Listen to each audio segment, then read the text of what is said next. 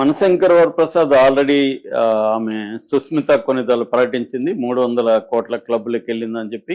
ఇది 500 కోట్ల క్లబ్లోకి వెళ్తుందని అందరూ భావిస్తున్న టైంలో ఇప్పుడు 11 రోజులు అయిపోయింది నిన్నటికి, ఈ రోజు 12వ రోజు.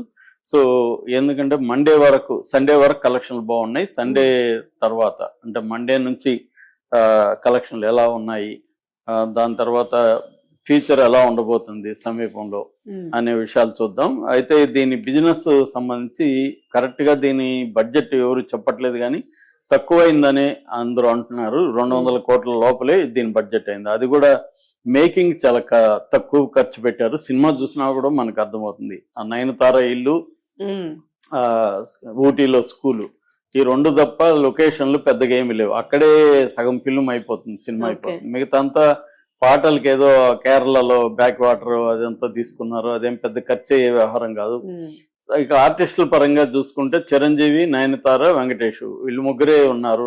వెంకటేష్ కూడా గెస్ట్ అపీరెన్స్, నయనతార, చిరంజీవి వీళ్ళ రెమ్యునరేషన్, రెండోది Anil Ravipudi remuneration.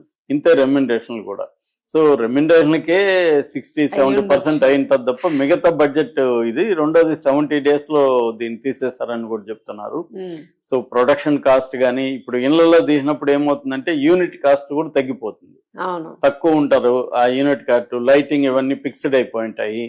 So budget బాగా తక్కువలో చేసేసారనమాట. అది ఒక క్లవర్ ఇది. మామూలుగా అయితే ఈ మధ్య పాన్ ఇండియా సినిమాలు అని చెప్పి పిచ్చగా బడ్జెట్లు పెట్టి మనకు చూసాం కదా. ప్రభాస్ సినిమా రాజాసాబు 450 కోట్లు ఖర్చు పెట్టారు. కానీ ప్రభాస్ కి ఓన్లీ తెలుగు రాష్ట్రాల్లో అంత పుల్ చేసే క్యాపబిలిటీ లేవు. అది కంపల్సరీగా పాన్ ఇండియా సినిమా అవితేనే అవుతుంది, కానీ పాన్ ఇండియా సినిమాగా అది కాలేదు. దాంతో కొన్నోళ్ళందరూ నితను గుడ్డేసుకొని ఏడుస్తూ వీడియోలు పెడుతున్నారు, బూతులు తిడుతూ.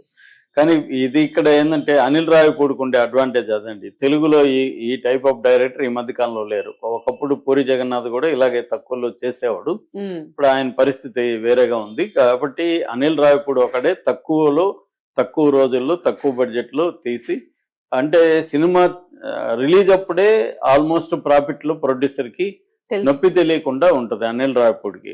సో అదే మెథడ్ లో దీన్ని చేసేసారు కాబట్టి బడ్జెట్ తక్కువైంది. అయితే దీనికి ఉన్న ముందుగానే బడ్జెట్ రావడం, ఆల్రెడీ లాస్ట్ సంక్రాంతికి అనిల్ రావిపూడి 300 కోట్ల సినిమా ఉండడం ఆయనకి, ఇవన్నీ చిరంజీవి లుక్ కానీ ఇవన్నీ బాగుండడం, నయనతార లుక్ ఎంత బాగుండడం, దీంతో ప్రీ రిలీజ్ బిజినెస్ బాగా అయిందండి. ఒక తెలుగు రాష్ట్రాల్లోనే 105 కోట్ల ప్రీ